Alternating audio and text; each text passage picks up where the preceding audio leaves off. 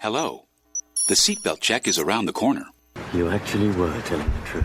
I do that quite a lot. Your people are always surprised. Welcome aboard. Ladies and gentlemen, there may be some turbulence up ahead. Make sure your seatbelts are fastened. To those guests who've just joined us, welcome.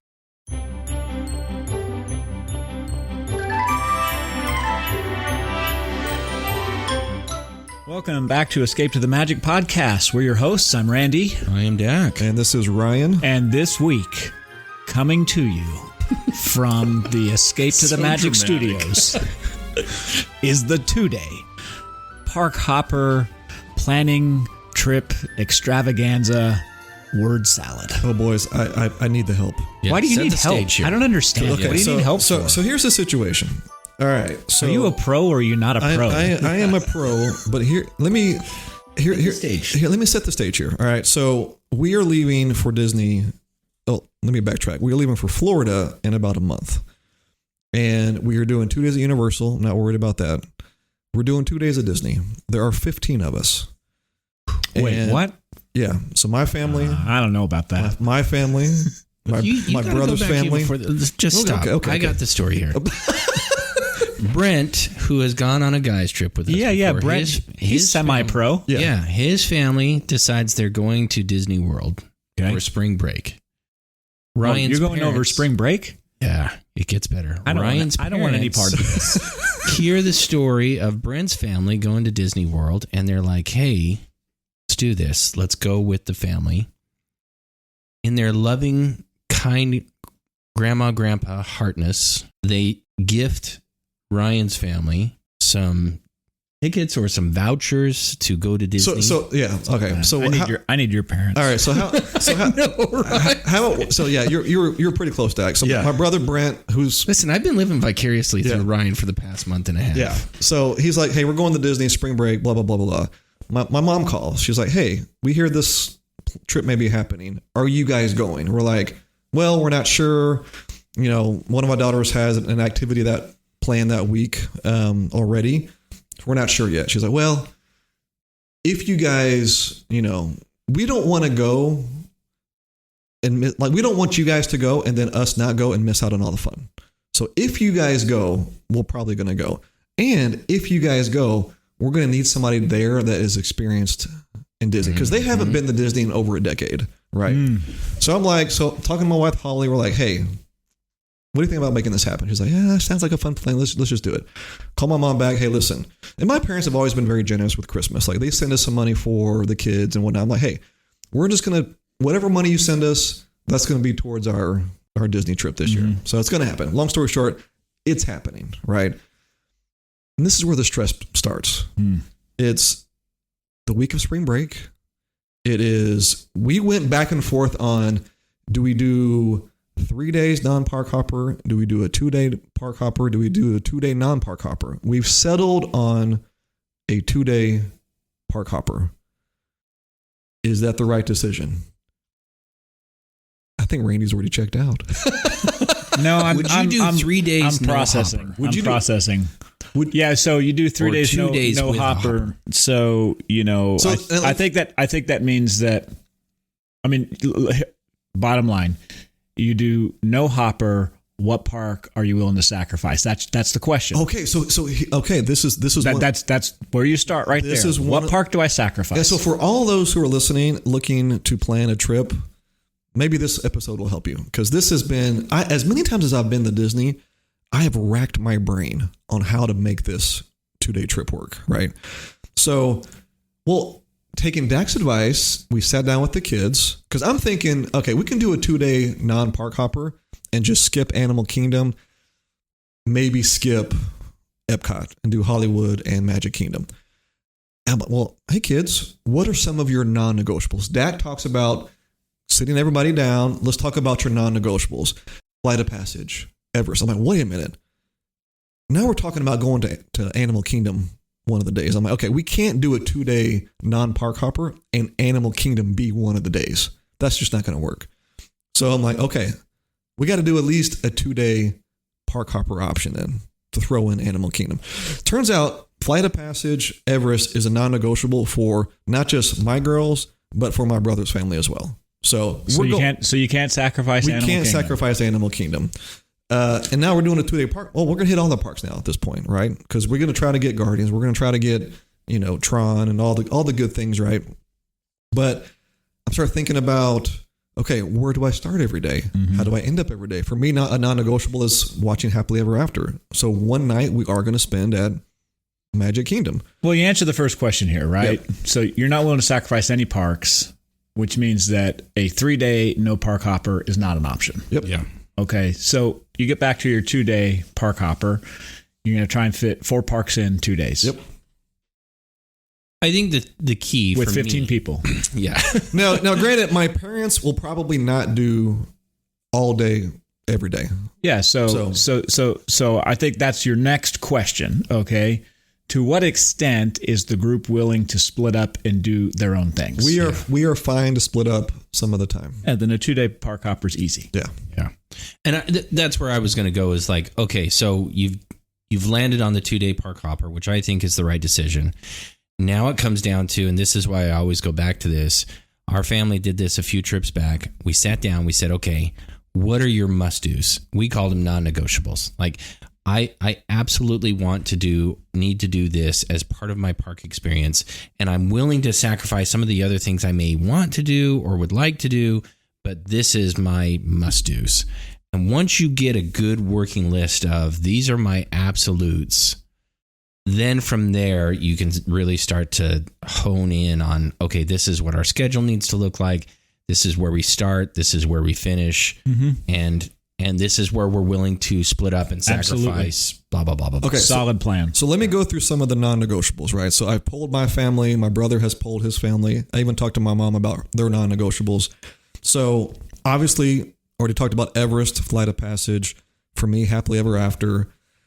One of my non-negotiables is that I want to see my family do Tron. They've never done it. I don't necessarily need to do it, but I want to see their reaction. Wait, what?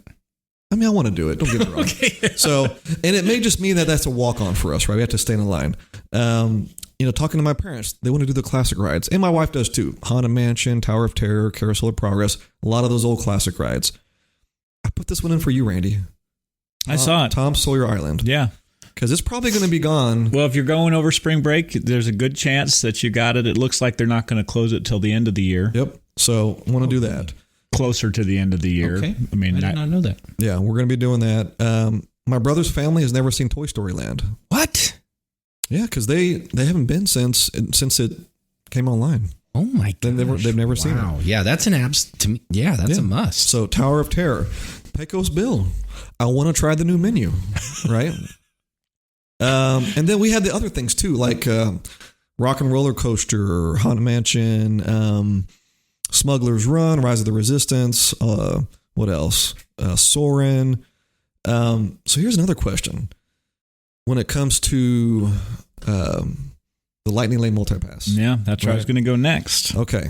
So this is where I am struggling because it's. I'm assuming you're probably staying off property. We got a house 2 minutes from the parks. Yeah. We're not staying on property. Yeah. It's a nice house. We all sleep very comfortably there. Yeah. I figured that's where you're going to be. Yep. So, that makes the multi-pass a little interesting for you. Yeah. So we only get a 3-day advance notice to select our essentially fast back passes. To the old school. Back to the old fast passes, right? Mm-hmm.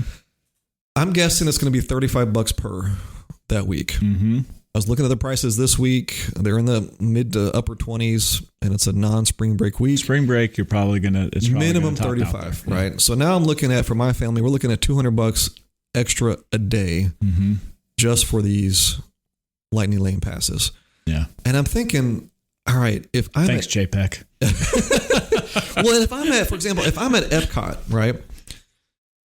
I almost would much rather spend the $17 to $18 it's going to be to get on Guardians and ensure that I get on Guardians, because there's no guarantee that we're going to get the virtual queue for that or for Tiana's because it's spring break. With 15 people, you're going to have a hard time. It's going to be tough. Queue.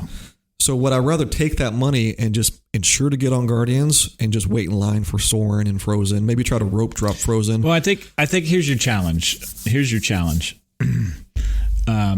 I think with your Epcot part, that's fine. Now the next thing is you got to figure out which parks are you doing which days. I don't know. That's the dilemma. This is why I'm telling you this, because it plays into your lightning lane decision, right? Which parks you do which days. Because if you're not going to do a lightning lane multipass for a couple of the parks, then you got to kind of pair those ones up together. I would say that means that your non-lightning lane day has to be a Epcot Animal Kingdom combined day, which means that you've got a combined Magic Kingdom Hollywood day, and that's hard because there's so much you're trying to get in there. Yeah, so this is what's challenging, because if you're talking about waiting in the standby line for Tron, well, you probably should kiss the last hour and a half goodbye of your Magic Kingdom day, because you're going to be standing in that line. That's just less time that you're going to be able to hit your other sentimental attractions, and things like Haunted Mansion without a lightning lane can be a long wait. It can be sometimes a 45+ minute wait at certain times of the day. No, that's but some true. times of the day, it'll be posted 13, which is really 5 or walk on, right? So it's just a little bit of roll of the dice. And with attractions like Big Thunder being closed. And Test Track is closed. But at Magic, with Big Thunder closed, remember that just funnels people out to other spots that it just makes it harder, right?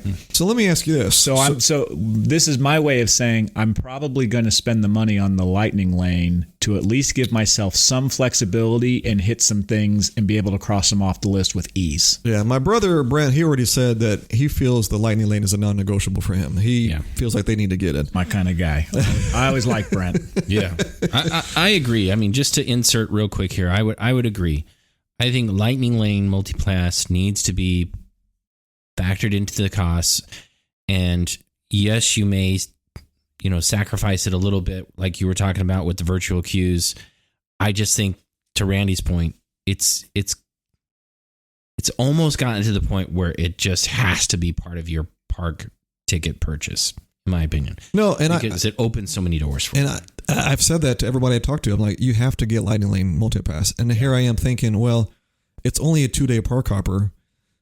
It's the week of spring break. I think that's exactly why you have to get it. And I see the logic in that, but part of me is like, okay, we're going to spend $200 extra a day, and what if we only get those 3 fast passes and nothing else? Yeah, I mean, I guess it's just a risk. But I'll tell you this: if that being the case, and again, spring break being the thing, I bet you don't get to do those 3 things without it. Yeah. Period. Yeah. Well, there's going to be a lot of waiting in line. We just already have accepted that fact. Yeah. But we've also been there during spring break, and it is busier. 100% busier, but it's not Christmas time. It's not. Well, it's not Christmas. It's not race weekend busy, right? Yeah. But it's going to be real busy, and mostly what it's real busy with is not even families. It's a bunch of school trips. Yeah, and it's not locals. And locals don't have spring break. Those are annoying groups. And I think the lightning lane multipass allows you to do those non-negotiables, right? Like, this is where, as a family, you're going to have to sit down and decide, okay, well, our family, as opposed to Brent's family, our family wants to do ABC, right? And so we're going to use our lightning lanes to do ABC, whereas Brent's family may not align with that. I think the other thing I would advise you to do, my personal opinion, Randy, you jump in here, don't link your accounts in this scenario. What I have found is that okay. Yeah, so I can see it both ways. I know the danger that you're alluding to, which is someone may accidentally screw everything else up. I think I have 2 master people running the whole show. I think you might sacrifice some lightning lane selections with a group of 15 versus a group of 5. You're going to have to, I think you're right. I think that's a tough call. Once you get above, I think 8, 9, 10 people, that is where linking, it's unwieldy. It is very hard. So maybe create 2 parties. Yeah, you're the problem with 2 parties though is that if you all want to do something at the same time, it may not be an option for you because that doesn't show, right? So it is going to be a unique challenge. I think you do link the whole party, but I think you limit it to who gets to run it. Oh, 100%. Well, it would be me. There's not going to be anybody else that's going to want to run it, so it's going to be me. So, and I haven't done this new system yet because Disneyland. I mean, it works the same as the old. It should be fine. Right? It should be fine. I'm not stressed out about it. I'm more stressed out about having everybody linked up and then not getting what we want to get, or because we have so many people, Well, by not the getting way, what we want to get. by the way, I think here's a pro tip on it. Sometimes when you're trying to get something that is a hot in demand attraction, instead of having to think through so hard on who's not going on this, you grab it for everyone, and then you go and select those individual people, and you change it for them to something else after the fact. And that's a little bit of a pro tip. And there's a pretty easy way to just say, yeah, select everybody. You're not like having to check 15 boxes there. No, that makes sense. So let me ask you this. Animal Kingdom. Animal Kingdom is not a full day, obviously. It's not even a half day. In this scenario. Well, I think period. I mean, I think a half day at Animal Kingdom is all you need really on a normal trip. Right now, today, in its current state, correct. Yeah. But to get over there and to do Flight of Passage, to do Everest, and maybe to walk around, maybe do the Kilimanjaro safaris, maybe even to see the Lion King show. So that's the thing is, so you need a lightning lane for the safari, period. Okay. So but my question is this. Do we risk going over there? Because everything that I have seen and read and heard is that obviously because Animal Kingdom closes so early, 6 o'clock, they actually closed at 7 last night I saw, but people aren't going over there to start their day at 3 o'clock, right? Would that be a better strategy? To get over there as people are leaving Animal Kingdom because they're going somewhere else. They've already started there. They did the whole rope drop thing. They're going to go hit up another park. We go over there as people are leaving and try to knock everything out. It could be a little risky. I mean, because you could get over there and Flight of Passage still has a 2-hour wait. Well, this is where you do the lightning lane. No, you know the trick on this one, right? You hit Flight of Passage at the end of the day. That's your last attraction there at the park. Yeah, but even if you're getting in, closes at 6. Even if you're getting in line at 5:55, it's your last attraction of the park. It's a much shorter wait at that point. Period. And now you're guaranteed to get on. Yeah, right. And you didn't eat up all of the rest of your time elsewhere because as long as you're in line, they're going to let you through. Yeah.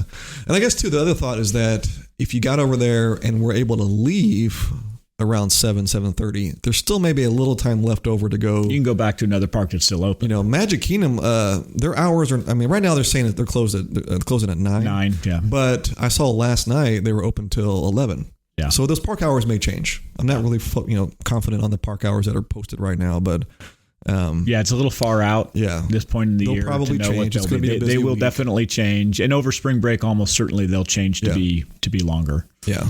So Animal Kingdom, maybe not so much. That's a park that doesn't have a lot of variability in hours. Mostly because it's daylight dependent, right? Like they really don't stay open past dark. And so you're still spring break, you're still kind of teetering on the winter months. The days are shorter rather than longer. So I would bet it's probably a 6 o'clock. Maybe it goes to 7, but I bet it's a 6 o'clock thing. But I think your strategy of after lunch, going over there after lunch, hitting stuff in the morning somewhere else, going there after lunchtime, doing what you want to do at that point. Maybe it is even a 2 or a 3 o'clock sort of thing, right? Because what do you really want to do? You want to do Lion King, you want to do Everest, then you want to do Flight of Passage. Well, you can hit those other two, and then you jump right in line for Flight of Passage right at the end of the day. Your only risk there being, of course, if for some reason the attraction itself broke down, right? Which happened on our last guys trip there. Which that I believe Dak but there's no avoiding that. Yeah. Anyways. Yeah, I believe Dak was very disgruntled. I was not happy with going over there. I don't blame you.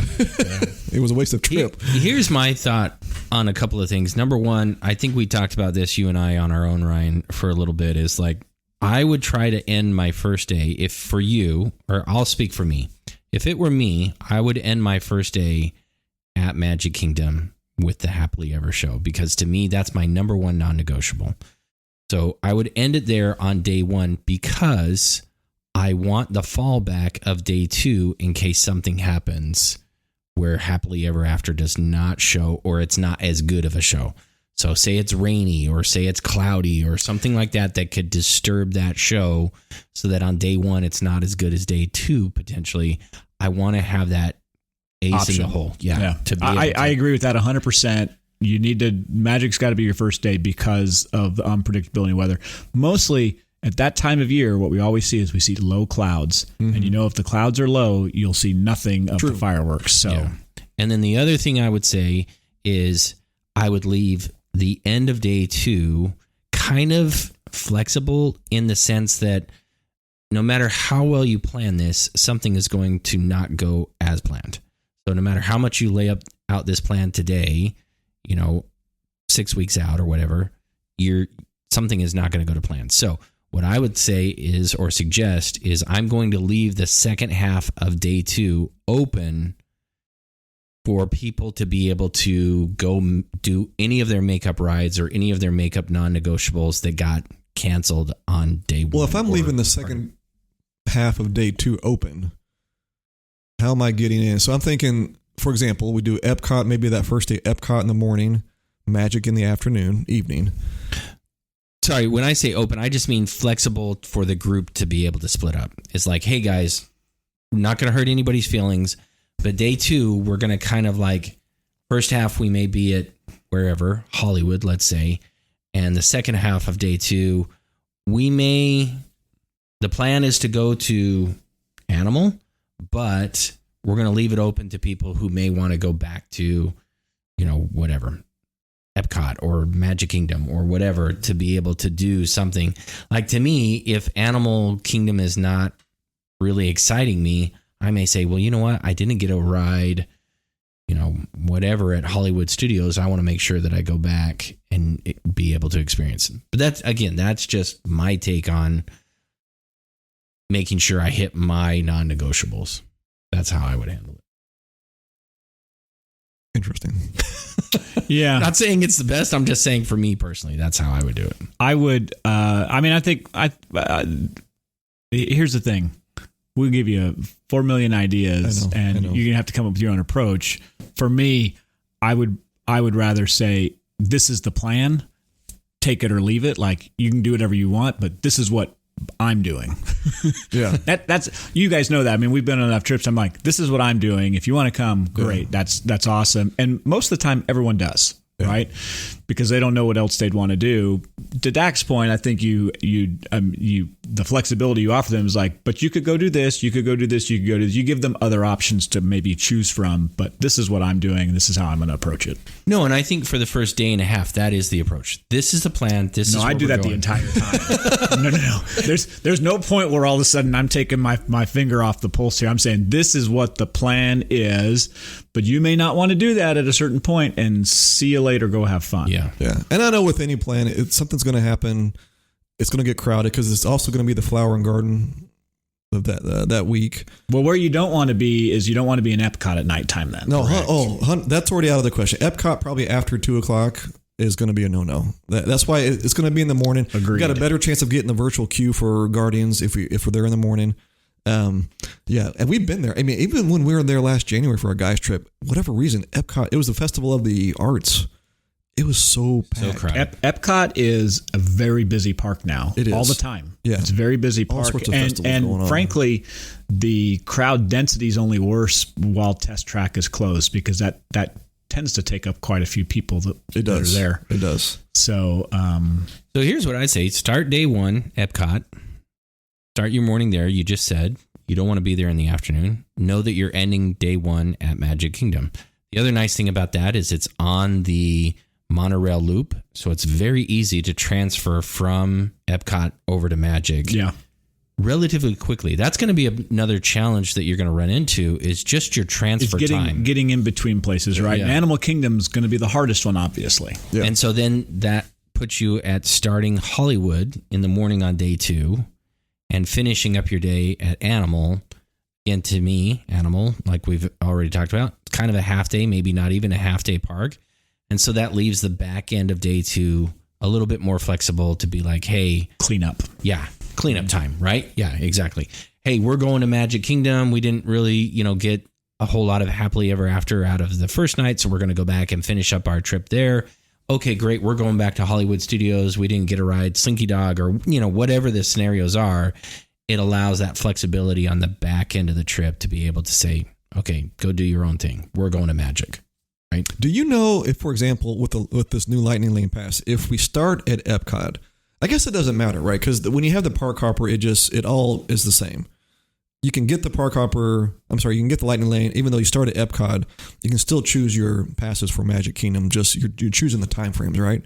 Well, the only thing you want to be careful there is locking yourself in. So some people use the whole burner concept. Yeah. You choose a Lightning Lane that is a very short wait so that you burn through that so that you can start making other selections. That's been my typical approach. Now I haven't used this new system yet. And we couldn't do that if we started at Epcot. Correct. It would be hard. So when you book, unless you're not going to get through your 3 selections if you have one for the afternoon and another. Yeah. Park, So we would have to book lightning lanes for Epcot. But your next challenge is, don't forget, with this new system, attractions are ranked in tiers. Yeah. So you're not going to be able to choose 2 tier 1 attractions of your 3 selections, right? You're only going to get one of those. So you're going to have some challenge. I think, to be honest, I might even be surprised if you're able to really burn through them if you're trying to do a couple of parks in a day, because you're really going to want to try and pick from those parks your top attractions that are going to go fastest. Yeah. This is really tricky, and it is for our listeners who are probably like, "What the crap are they talking about?" They're all over the place. We're running through the same exercise right now. Like, how would I do this? And it's going to take some time, and that's why it's wise of you to start planning this so early, because this is how you're going to help manage not just your group's expectations, but your own expectations as the leader of the group. Yeah. And it's funny because we're doing Universal Monday and Tuesday. It's like we're just going to show up. Like, there's no fast pass involved. There's no lightning lanes involved. There's just show up, stand in line. Yeah. We're not spending the extra $5,000 to get the. Yeah, you're literally doubling your ticket prices. So that's not going to happen. Having a rest day in the middle of the week, and then we're hitting Disney Thursday and Friday. You're going to need that rest day after those Universal roller coasters. 100%. Yeah, 100%. So let me ask you this. On your non-negotiables, if you had to cross one off the list, it's a non-negotiable, but you're saying there's just so much that's going on. I'm not going to be able to get to do Haunted Mansion or Pirates or Tower or one of these significant, let's call it that, one of these significant rides. What's the first one to go off the list? You are going to be 100% shocked when I say this. You're crossing Tower of Terror off the list? No, I think Happily Ever After. Oh. So here's the thing. I'm signing off. It's been a great show. Been a good run, everyone. I'm leaving the show. Here's the thing. For me, it's a non-negotiable. I have to see it. But if things get a little squirrely and we're just not getting things done like we want to get done, I've seen the show a ton. My girls have seen the show. I don't think it's a non-negotiable for them. This is sacrilege. No. Hear me out. If my girls, thou shalt not. I think I'm with Ryan, honestly. Here's the thing: if it's like, because there's a huge element of unpredictability to it, right? Yeah. I mean, the weather, Florida weather in the spring, it is so unpredictable. It's more unpredictable in the spring, I think, than it is in the summer. So, like, you don't know. So it may cross itself off by default, frankly. True. Look, if the clouds are low, I'm not even going to try. No, like, forget it. It's a waste of time. As much as I even just want to hear the music, it's just a waste of time. So you got to do it. I think I'm with Ryan on this. It may just be worth it to go try to get 2 rides in during that time. Sure. If we have to. So to me, that's what these big trips, when I say big, I mean big groups. I think this is this is the hardest part, is at some point you get to this stage where you're like, we're just not going to be able to do it all. No, you're not. I'm looking at your list. I'm looking at your list, and I'm like, you're not going to do this. No, and we've accepted that we can't get everything done. Yeah. And so that's now to me, I could do the this. hardest part of it. Us 3 on a guy's trip could do this easily. In 2 days. I think about my 18-mile day, and I'm like, I could do this, right? But with 15 people, it's not going to happen. Yeah. No. And so I think that's why I asked the question that I asked, is like, at some point, everybody has to come to the conclusion that, we're just not going to go to the Hall of Presidents. Or what, I'm being facetious, but you know what I'm saying. You see that on the list? Cross that off anyways. Well, let's pick a more one that stings, is like, we're just not going to be able to do Pirates on this trip. Like, we can't, the wait is 45 minutes nonstop all day long. And at some point, I'm going to have to sacrifice one of these. Someone's going to have to be my sacrificial lamb. And so let's talk about managing expectations. I actually think that's a choice you're going to have to make. You're going to have to pick between probably Pirates and Haunted Mansion. During spring break, I bet you're looking at 45 plus minute waits the entire time. If you're there for half to 3/4 of a day, you're probably going to have to pick between those two if you're going to do the other things. Carousel of Progress, Tron in a standby line, Happily Ever After if the weather is absolutely perfect, Pecos Bill. Who knows what that's going to do to you, right? That may take up time later on in the day you weren't counting on. Okay, so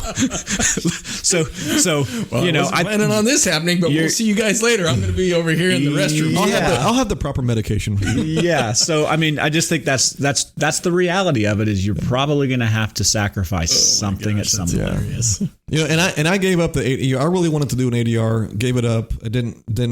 Family wasn't feeling it. Just was like, I think it's too much. It's just not going to work. Even like on that off day, the middle day, maybe trying to get an ADR to resort. And it's just like, you know what? I wouldn't on a 2-day park hopper where I'm trying to get 4 parks in. I would not book an ADR. Yeah, wouldn't do it. That's 2 hours too long. Yeah. Well, listen, good luck, buddy. Yeah, I mean, look, I can't even remember the last time I went to the parks anymore. Yeah. It was. How long has it been for you, man? It was last year. Okay. Like early, I think our guys. I don't know. It's been January of last year. Been a long time. You want to talk about sacrilege? Like we did not renew my annual pass because there was nothing planned, and so it didn't make sense to do it until we kind of planned something. And there is nothing planned. In fact, we've actually kind of taken an approach this year. We're going to be very conservative on our travel, and so I'm super envious. Yeah. Like, I'm beyond envious. I keep waiting for someone to be like, hey, I got an extra ticket, and I just like book a day trip on Southwest and go out there and come back. But no one's offered me a ticket yet. So one day it'll happen. I know a lot of people.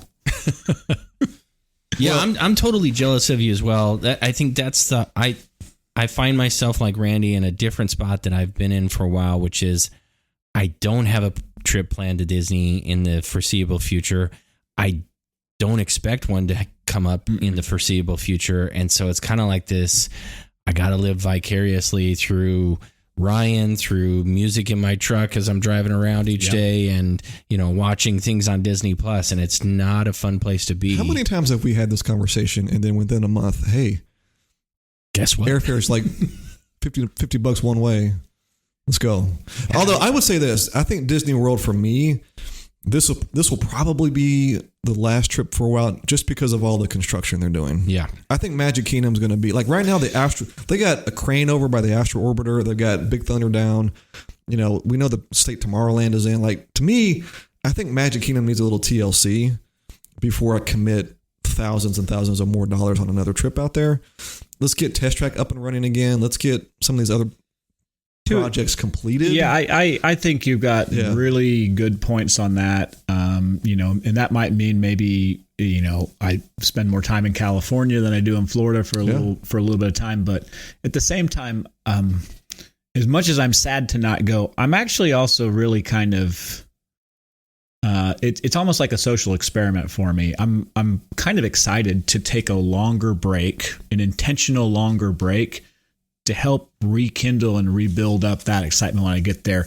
As much as we talk about how it's our happy place, the place we want to be, et cetera, which is absolutely true, I do think that the last few times I'd gone, it had become too much like a second home, frankly. Yeah. Like, you go so often where, I felt like I was just kind of going through the motions in some of those instances. No, I can see and that. so I'm excited to go back and be like really excited to be there again. Agreed. Not just going through the motions.